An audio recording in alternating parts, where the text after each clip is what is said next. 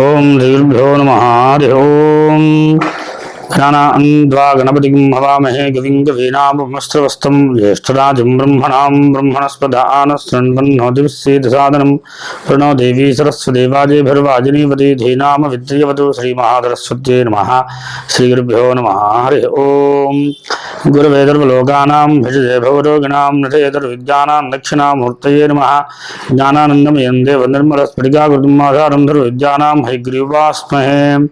అస్మద్గురుపాదికేభ్యో నమః. దక్షిణామూర్తయే నమః. హయగ్రీవాయ నమః. సరస్వత్యై నమః. శారదాంబాజే నమః. కనకదుర్గాజే నమః. లక్ష్మీ నృసింహస్వామినే నమః. గురుపాదికేభ్యో నమో నమః. మనం ఈ సంవత్సరంలో ఇప్పుడు శ్రావణ మాసము ఆగస్టు అంటే 8వ నెల, మనకి 15వ తారీఖు నుండి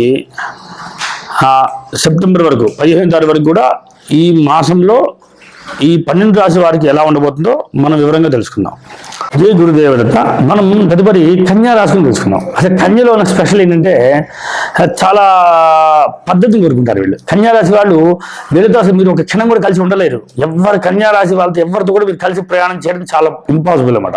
అంటే కన్యా రాశి వాళ్ళకి స్పెషల్ అనమాట. వాళ్ళు ఒంటరిగా తిరగాల్సిందే, వాళ్ళు సొంతగా కష్టపడాల్సిందే, సొంత లైఫ్ తెచ్చుకోవాల్సిందే.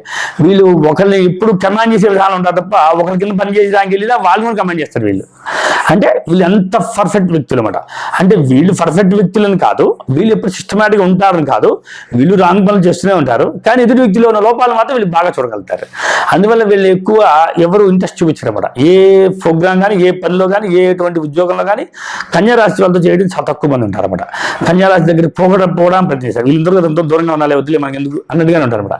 ఎక్కువ దాంతో ఎవరు మాట్లాడరు. తన గురించి చాలా మంది చర్చించుకుంటుంటారు, తిట్టుకుంటూ ఉంటారు, లోపల అనుకుంటుంటారు తప్ప వాళ్ళతో కలిసి ఉండడానికి ఎక్కువ ప్రయత్నం చేయరు. అదే కన్యా రాశిలో ఉన్న రిమార్క్ అది. ఎవరికి కన్యా రాశి సరే, కన్యా రాశి వాళ్ళు ఎవరు కన్యా రాశి అని చెప్పకండి. అది చెప్పుకుని రహస్యం ఉంచుకుంటే మంచిది అనమాట. కన్యా రాశి వాళ్ళు ఎవరితో గొడవ పడుతున్నట్టుగా కనబడుతున్నారు. వీళ్ళు ఏం మాట్లాడినా ఎదుటి వ్యక్తికి అది గొడవగా కనబడుతున్నట్టుగా అవకాశాలు ఉంటాయి. అది కూడా గమనించగలుగుతారు.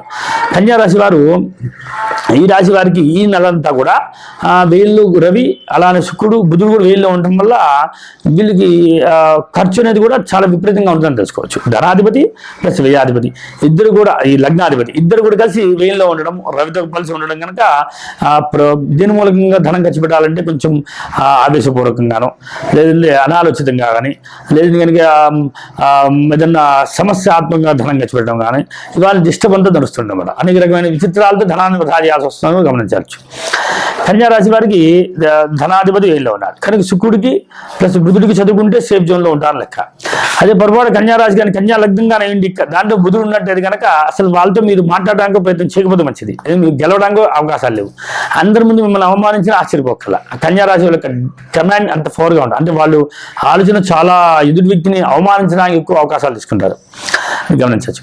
తర్వాత మనం కన్యా రాశిలో ధనాధిపతి ఖర్చు పెట్టే వ్యవస్థలో ఉన్నాడు. సోదర స్థితి చాలా తెలివిగా ఉంటారు.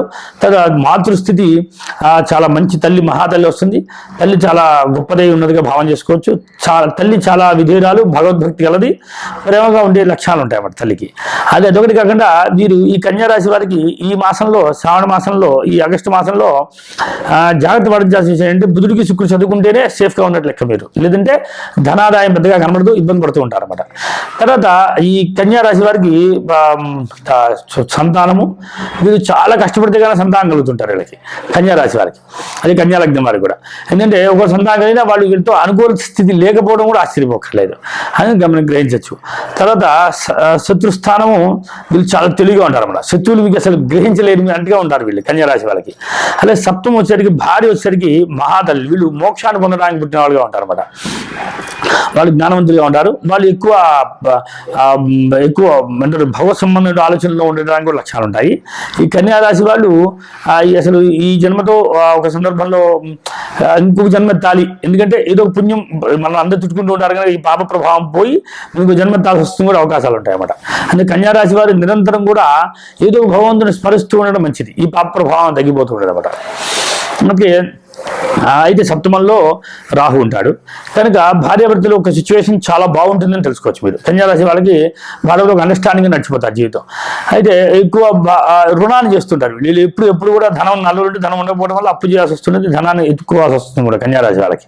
అందుకని సంతానం కలగడానికి లేట్ అవుతుంది కూడా. కన్యాలగ్నం వాళ్ళకి కన్యారాశి కన్నా కూడా కన్యాలగ్నం వాళ్ళ సంతానం కలగడానికి చాలా అవస్థలు పడుతూ ఉండాలి, అది మీరు గ్రహించాలి మీరు. అయితే ఈ కన్యారాశి వాళ్ళకి సప్తమంలో ఇప్పుడు సంచారం గోచారించ రాహు ఉన్నాడు కనుక భార్యాభర్తలు అన్యోన్యత స్నేహబంధము బాగుంటుంది. ఓకేనా. కానీ ఎక్కువ లవ్ చేసుకోవాలి అంటే మన గాంధీ వివాహం చేయడానికి వీళ్ళు ఇష్టపడుతుంటారు, కానీ వీళ్ళకి ఎక్కువ పర్సెంట్ 50% అవకాశాలు ఉంటే 50% ఫెయిల్ అవుతుంటాయి అన్నమాట. తర్వాత అష్టమ స్థానంలో కుజుడు అక్కడ భాగ్యంలో ఉండటం వల్ల మీ సంపాదన కూడా వృధా చేయాల్సి వస్తుంది. భాగ్యం తండ్రి కోసమనో పెద్దవాళ్ళ కోసమో దేనికోసమనే ఒక మంచి కార్యాల కోసమనో ధనాన్ని వృధా చేయాల్సి వస్తుంది. తర్వాత భాగ్యంలోనే రవి ఉండడం వల్ల గురుడు ఉండడం వల్ల ఎంత ధనాన్ని వృధా చేసినా ఏదో రూపం ధనాన్ని ఇవ్వడానికి సపోర్ట్ చేస్తున్నాడు. భర్త కానీ భార్య కానీ వాళ్ళ మూలక ధనం, పార్ట్నర్ మూలక ధనము, అంటే మన ఎదురు వ్యక్తితో ఉన్న ధనం, అంటే మన సహాయం చేసే వాళ్ళు ఎక్కువగా ఉండడము, దాని ద్వారా ఆదాయాన్ని పొందడానికి సపోర్ట్ చేస్తుంది అన్నమాట ఈ కన్యారాశి వారికి. అలానే వృత్తిపరంగా చూస్తే వృత్తి ప్రభావంలో ఇబ్బంది లేదు, వృత్తి నడిచిపోతుంటుంది. తర్వాత అంటే నేను చెప్పాను వృత్తిపరంగా కూడా డిస్టర్బ్ ఉంటుందని. ఎలాగా బుధుడు అవ్వడం వల్ల, ఆయన వేల్లో ఉండడం వల్ల, రవితో ఉండడం వల్ల, శుక్రుడితో కలిసి ఉండడం వల్ల ఒక 80% అనుకూల స్థితి, ఒక 20% ప్రతికూల స్థితి కూడా కలగబడుతుంటుంది. అంటే వృత్తిరీత్యా ధనం వస్తూ ఉంటుంది, తద్వారా ఖర్చు పెడుతూ ఉంటారు. అంటే ఆ పని రీత్యానే ఖర్చు పెట్టాల్సి వస్తూ కూడా కనబడుతుంటుంది. అయితే వ్యయం అలానే లాభస్థానం చూస్తే చంద్రుడు, అక్కడ ఎవరు లేరు, చాలా యోగదాయకంగా ఉంటుంది. మీకు అంతా మంచి లాభాలు, విచిత్రమైన లాభాలు వస్తుంటాయి, ఇది బాగుంటుంది. నీలప్రాయంగా ధనం వస్తుంది, నీలప్రాయంగా ఖర్చు అయిపోతుంది. అయితే వ్యయం చూస్తే ఈ శుభగ్రహాలు ఉండడం వల్ల వ్యయం కూడా మీకు ఇష్టమైన వ్యయంగా మారుతుందని భావన చేసుకోవచ్చు. కనుక ఈ రాశి వారి చరరాశిని మాత్రం బుధుడు ప్లస్ శనిని ప్రధానంగా తీసుకొని చదివితే చాలా మంచి ఫలితాన్ని పొందుతారు. ఎందుకంటే షష్ఠశని అవ్వడం వల్ల వీళ్ళకి కొన్ని రిమార్కులు ఉంటాయి కనుక అది కూడా పోగొట్టుకుంటే మంచిది. జయ గురుదేవదత్త. జయ గురుదేవదత్త. ఇప్పుడు మనం శ్రావణ మాసంలో 15 తారీఖు నుండి, అంటే ఆగస్టు 15 నుండి వచ్చే నెల 15 తారీఖు వరకు కూడా జరిగేటువంటి ప్రభావంలో రవి సంచారం చేస్తుంటాడు కనుక ఈ రాశిలో ఈ మొత్తం నెలంతా కూడా జరిగే ప్రభావం ఎలా ఉందో చూద్దాం. అయితే మనకి ఇప్పుడు ఈ రాశిలో రవి షష్ఠంలో సంచరిస్తుంటాడు. అంటే ఈ రాశి వారికి రవి షష్ఠంలో ఉంటాడు. అంటే ఎవరి వల్ల మనకి మార్గదర్శి అయిన వాళ్ళ దగ్గర, మనకి ఒక కీర్తిని ఇచ్చేటువంటి వాళ్ళ దగ్గర వాళ్ళతో గొడవలు పట్టము, వాళ్ళతో ఇబ్బందులు కలుగుతుండము, లేదా వాళ్ళ ద్వారా వచ్చేటువంటి ఆదాయాన్ని మీరు పొందడము, ఇవన్నీ కూడా లభిస్తుంటాయి. తర్వాత లగ్నంలో రాహు ఉన్నాడు. రాహు ప్రభావం వల్ల కొంచెం ఆలోచన విధానము కొంచెం బాగా వెరైటీగా ఆలోచిస్తుంటారు. వ్యయంలో శని ఉండటం వల్ల ఏలినాల్సిన ప్రభావము గోచారిత్య ఏలినాల్సిన ప్రభావం ఉంటుంది. అది నష్టాన్ని చేకూర్చేదిగా ఉంటుంది అన్నమాట. అంటే చోర భయము, దొంగల భయము, అలానే సమస్యలు, లేదా కొంత ఏదో ఇబ్బంది పడుతుండము, ధనానికి కొంచెం సపోర్ట్ కావాల్సి వస్తుండము, ఈ ఖర్చు విపరీతంగా ఉండడము, ఏదో హెల్త్ ప్రాబ్లమ్స్, ఒక పట్టణం వస్తే హెల్త్ ప్రాబ్లమ్స్ వదలం అన్నమాట. శని ఉంటే ఏంటి లాంగ్ లైఫ్ అన్నమాట. ఈ శని ఉన్నంతసేపు లాంగ్ లైఫ్ తీసుకుంటారు అన్నమాట. దాంట్లో దాని ఉండడం వల్ల ఎక్కువ ఉన్న సమస్య, జ్వరం వస్తే 10 రోజులు 20 రోజులు, సమస్య వస్తే చాలా రోజులు ఉండడం, అలా ఇబ్బంది పడడానికి గోచారిత్య ప్రభావం. అది కూడా జాతకంలో కూడా గమనిస్తూ తీసుకోండి. గోచారం ఒక్కదాన్నే ప్రధానంగా తీసుకోకండి. నేను చెప్పే విషయంలో జాతకాన్ని కూడా పరిశ్రమలో తీసుకోవాలి. అలానే మీన రాశి వారు ద్వితీయంలో ఉన్నటువంటి సంచార ప్రభావంలో ఎవరు లేకపోవడం వల్ల మేషం బాగుంది కనుక, ద్వితీయ స్థానం బాగుంది కనుక ఇబ్బంది ఏం లేదు. తృతీయంలో కుజుడు ప్లస్ గురుడు ఉండడం వల్ల సోదరుల ద్వారా వచ్చేటువంటి అభివృద్ధి, కుటుంబరీత్యా ఆదాయం వాళ్ళ ద్వారా రావడము, లేదా ఫ్రెండ్స్ ద్వారా రావడము, లేదా ఒక కీర్తి ద్వారా రావడము, సన్మానం జరగడము, అలా కూడా జరుగుతుంది అన్నమాట. అలా గ్రహించవచ్చు. తర్వాత తల్లి సిచ్యువేషన్ బాగుంది కాబట్టి తల్లి కూడా కొంచెం హెల్త్ ప్రాబ్లమ్స్ ఉండే అవకాశాలు ఉంటాయి. అంటే మరీ ఎక్కువగా ఉండవు, లైట్గా ఉంటాయి, జాగ్రత్త పరచడం మంచిది. తర్వాత సంతాన స్థితి బాగుంది, చాలా అద్భుతమైన సంతానం కలుగుతుంటారు. ఎక్కువ మీన రాశి వారికి అక్కడ కనుక శుభగ్రహం పురుష గ్రహం ఉంటే పురుషుడు, స్త్రీ గ్రహం ఉంటే స్త్రీ గ్రహం ఉంటుంది. కామన్గా అయితే స్త్రీ సంతానం కావడానికి ఎక్కువ అవకాశాలు ఉంటాయి మీన రాశి వారికి. అయితే ఇది మీన లగ్నం అయితే కనుక సన్నగా పొడుగ్గా ఉంటారు వీళ్ళు. ఈ మీన లగ్నం వాళ్ళు వీళ్ళు తేజవంతులుగా ఉంటారు, తెల్లగా అందంగా కనబడుతుంటారు, మంచి చేపగల్లా కనబడుతుంటాయి, చాలా సన్నగా బాగుంటారు వీళ్ళు. వీళ్ళు చాలా ఆకర్షణీయంగా కనబడుతుంటారు అనమాట. కానీ వీళ్ళ మాట మాత్రం చాలా కటుగా ఉంటుంది, చాలా నిక్కచ్చిగా ఉంటుంది, చాలా ఒక పోలీస్ ఒక మంచి ఒక పవర్ఫుల్ వ్యక్తితో మాట్లాడుతున్నట్టుగా అనిపించడానికి అవకాశాలు ఉంటాయి అన్నమాట. దాని మాట వేస్తే బాణంలాగా ఉంటుంది అన్నమాట, ఎదురు తట్టుకోలేకపోతుంటారు కూడా, అలా కనబడుతుంటుంది.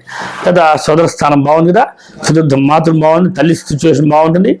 ఆ తల్లి విషయంలో కొంచెం చెప్పినా జాగ్రత్త పడమన్నా కదా.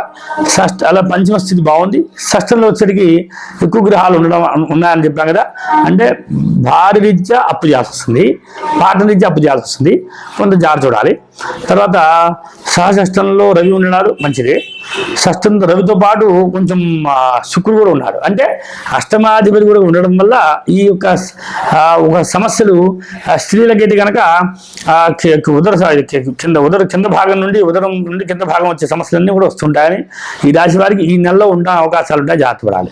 అది కూడా దీనివల్ల వేడి ఎక్కువ అవడం వల్ల బ్లీడింగ్ ఎక్కువ అవడము, లేదా శరీరం సమస్య రావడము, లేదా ఎక్కువ శరీరంలో మార్పులు రావడము, చర్మ వ్యాధులు రావడము, చర్మం ఎండిపోవడము, ఇవన్నీ కూడా ఈ మాసంలో కనబడుతుంటాయని అర్థం చేసుకోవాలి.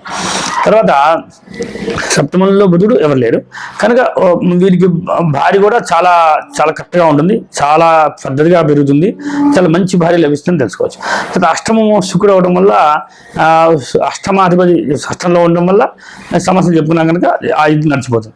తర్వాత భాగ్యం బాగానే ఉంది, భాగ్యం వల్ల ఇబ్బంది లేదు, భాగ్యం సమృద్ధిగా ఉంటుంది, కావాల్సిన ధనం ప్రశాంతంగా లభిస్తుంది, వృత్తిపరంగా కూడా ఇబ్బంది లేదు, అలానే లాభపరంగా ఇబ్బంది లేదు, జీవిత ప్రయాణంలో ఏ ఇబ్బంది లేదు, హ్యాపీగా వెళ్ళిపోవచ్చు. కాబట్టి హెల్త్ పరంగా మాత్రం తల్లి విషయంలోనూ నేను చెప్పిన మీకు జాగ్రత్త పడితే ఆ సమస్యలు మీరు అధిగమించగలుగుతారు. ఇది ప్రత్యామ్నాయం మీరు రెమెడీస్ ఏంటి అంటే తప్పనిసరిగా చదవాల్సిన వాటిలో రవికి ప్లస్ శుక్రుడికి బుధుడికి చదువుకుంటే ఏ రకమైన సమస్య లేకుండా హ్యాపీగా ఉండగలుగుతారు. జై గురుదేవ దత్త.